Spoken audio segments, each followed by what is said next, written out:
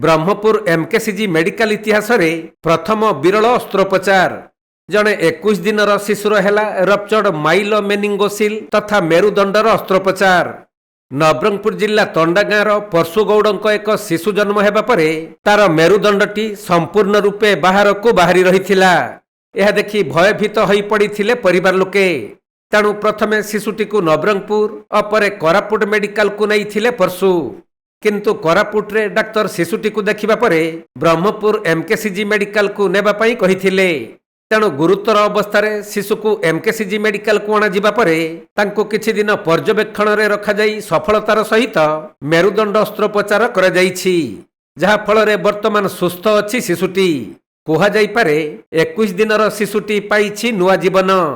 तबे जदि मेरुदंड जनित समस्या शिशुंक क्षेत्र में देखा जाए ताहले हाथ गुड़ चले नहीं, परिस्रा एवं झाड़ा नियंत्रण हुए नहीं। एथि सहित गुड़ दुईटी संपूर्ण पारालिसिस हो जाए।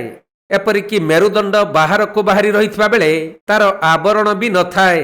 एभली हेबा द्वारा किछि क्षेत्र में शिशु मानकर चली जाई थाए जीवन, किंतु एठारे एमकेसीजी मेडिकल रे सफल भावे अस्त्रोपचार हेबा द्वारा शिशुटी नुआ जीवन पाइछि।